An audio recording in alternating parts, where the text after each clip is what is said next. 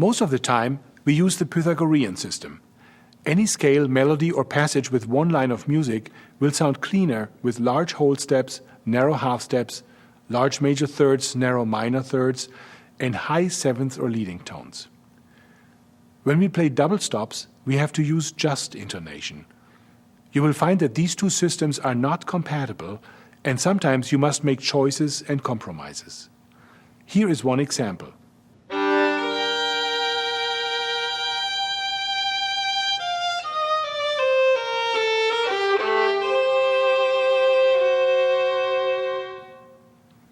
In the first chord of the Bach G minor solo sonata, the B flat has to match the G on the E string as a sixth in just intonation.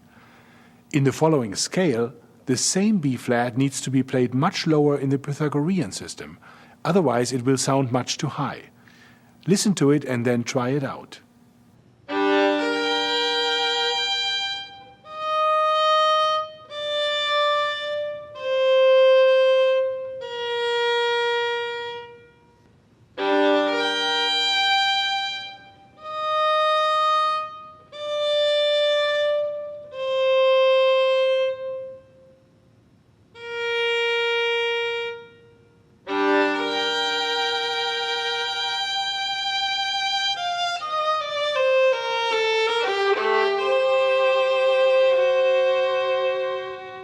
When playing runs in double stops, like thirds in Paganini's First Caprice, the easiest compromise is to keep the top line in Pythagorean intonation and adjust each lower note of the thirds according to just intonation.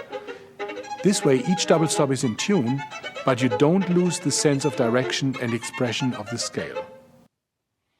When you play with piano, you stay with Pythagorean intonation most of the time. Only when you play long notes in unison with the piano do you need to adjust to equal temperament.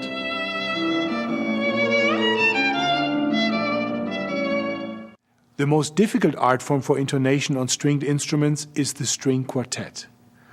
We constantly run into chords that sound best in just intonation, while the player with a melody wants to apply Pythagorean tuning. It takes many hours of careful practice and reasonable compromises to work this out. Here is an example of a Mozart quartet.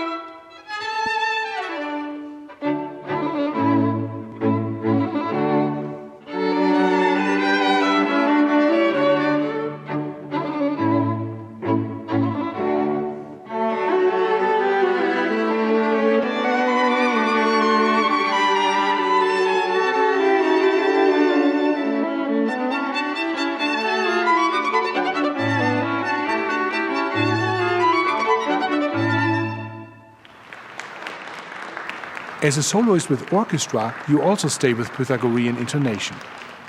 Even a well-tuned orchestra provides you with a very forgiving range of pitches. You want to make sure you tune your instrument to the highest A you hear in the orchestral environment. This way, you will sound more brilliant.